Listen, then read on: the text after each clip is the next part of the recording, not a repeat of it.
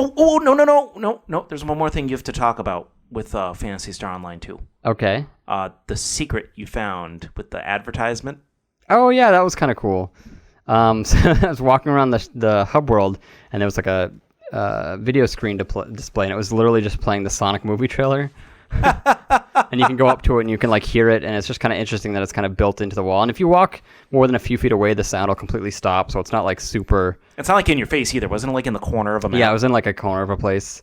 Just like a funny little Easter egg. But I feel like that's something that games should do, especially to cut down costs, because they're always trying to, to find ways to save money and, do DLC and things like that. But I remember playing, what was it? Bionic Commando, and it was supposed to take place in like a ruined, like kind of, sort of war-ridden America. But you would fly through the city, and there was signs, like one of them was like a Pepsi sign, and then another one was like Doritos. It worked for what it is. That can get really annoying, though. I think it can get a little annoying, but once you open that floodgate, it just gets so bad. You just do it a little bit, or even like during. It is a free-to-play game, so I mean, you can't really fault them too much. That's fine too, but also it's Sega, right? Yeah. But that's what I don't mind if a company does a little bit of advertising in the game, as long as it's not like, I don't know if you saw that issue with was it NBA or something? No, well, NBA and Streets of Rage, not Streets of Rage, Street Fighter did it, where if you put on like these logos or something on your thing, you would get a bonus experience on top of what you already got. So it was an extra incentive to wear the logos that they were advertising. Like, that's too much. But I'm talking about, like, if you're... Only if the game calls for it. If you're running around on The Witcher and all of a sudden you see a Tide thing, like, that doesn't make sense. But if, like, you're in Grand Theft Auto and somebody... I don't know, you see a Bud Light, like, sign or something, I think that would be kind of neat. A little bit realism. I don't know. I would be worried about the floodgates. I worry that once games start messing with the advertising, that's just going to open up, like, a cell phone level, like, a cell phone game level of, like... What would you rather? Would you rather the game be $60 and all the DLCs included, and just maybe a little bit of... That's the problem. There's not going to be just a little bit of advertising.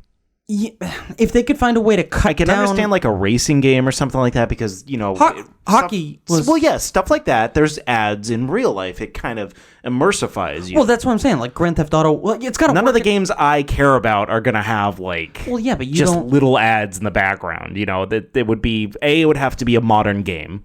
Well, I mean, we played one and there was advertisement in the game the whole time recently. What game? It starred Walking Dead dude. Oh, Death Stranding? Yeah. Monster Energy?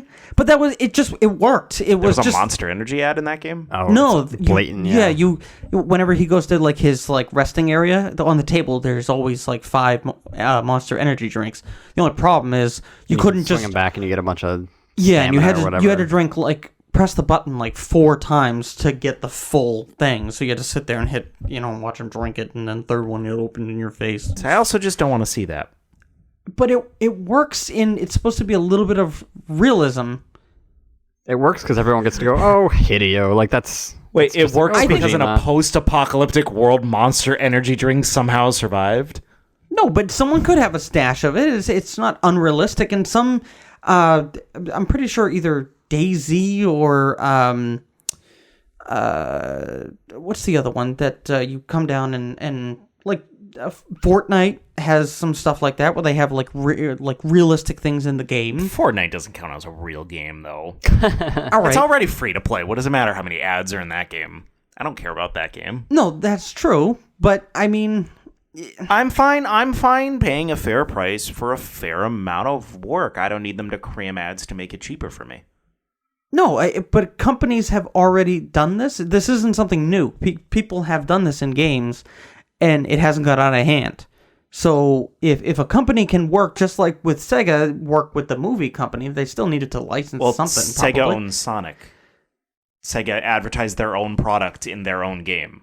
Well, yeah, but I would assume that they have to get acknowledgement from certain... Sega is probably making money off of the movie and wanted to push the movie. All right. Well, I didn't know if maybe there would be some sort of licensing issues. I don't know if it's the film company, like if they allowed them to use that, or I don't know all the legal stuff. All I'm saying is I don't mind a little bit when it's Easter egg type. Obviously, if it's seeing the Sonic trailer was funny. That was really funny. It was really cute. That wasn't like an in-your-face. No, and that's ad, what but it was also free for them to do. Well, yeah, but what I'm just saying, in some games, I think it could work, and to save a little bit of money off from the player, if you're like, all right, we want to inflect or not inflect, we want to introduce a little bit of this to take money away or to save the consumer some money. So instead, like, if Watch Dogs did something where they had energy drinks in the game or something, I wouldn't care. I feel like if EA had their hands on an ad, they would try to blow up that ad. Or, I'm sorry, Ubisoft. Ubisoft, maybe. Ubisoft could do it, blow it up. but it works for. I think it would work for their games. Like, if say put Doritos in ancient Greece for. Okay, not that type. Watch Dogs. That's what I'm saying. It can only be modern games. It has to be appropriate to what it is. Obviously, again, you can't play Red Dead Redemption 2, and you can't have... Obviously, you can have the gun manufacturers. That's technically... Some games actually have the real gun manufacturers. That's historically accurate. It's historically accurate. Not advertising a gun from the early 1900s and expecting people to go out and buy it. No, it's not an ad. No, but there is, like, some games actually have the vehicles in it, or that's what I'm talking about. A little sense of realism. Like, say you're at, like, Watch Dogs 3. Say you're at, it's supposed to be London or whatever. Like, if you're walking by one of those, like, bus stop things where you see those advertisements come up, and you saw an advertisement for another Ubisoft game or something, or...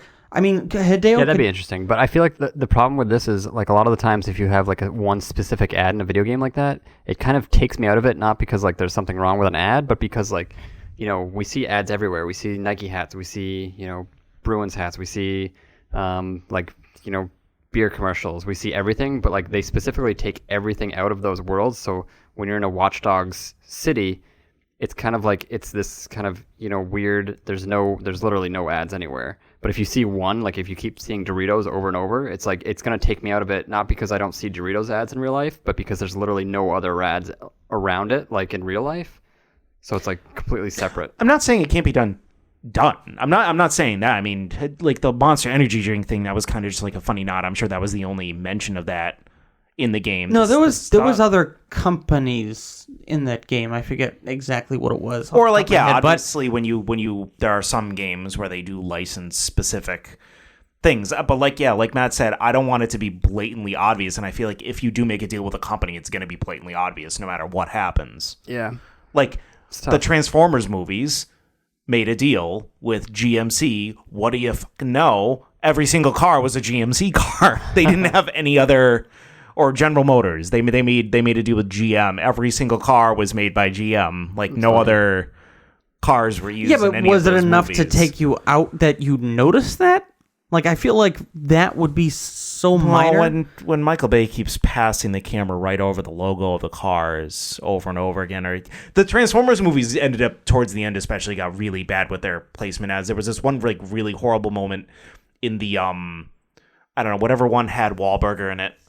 I never saw any of them. There was a Bud Light ad in the movie, and it was like so blatantly obvious that it was a Bud Light ad in the movie. Like, it was just insane. But yeah, I don't know. I would worry about companies getting the idea that this could be a common practice, because I feel like the larger producers would really exploit that. Like, I can see Activision and EA really going ham on that.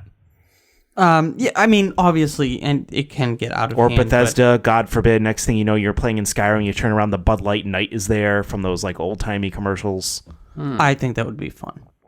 Just except they would probably cram it down your throat. Yes, that would be funny. Yeah, I mean, I'm sure they're doing as much as they can get away with at this time anyway. So. Yeah. So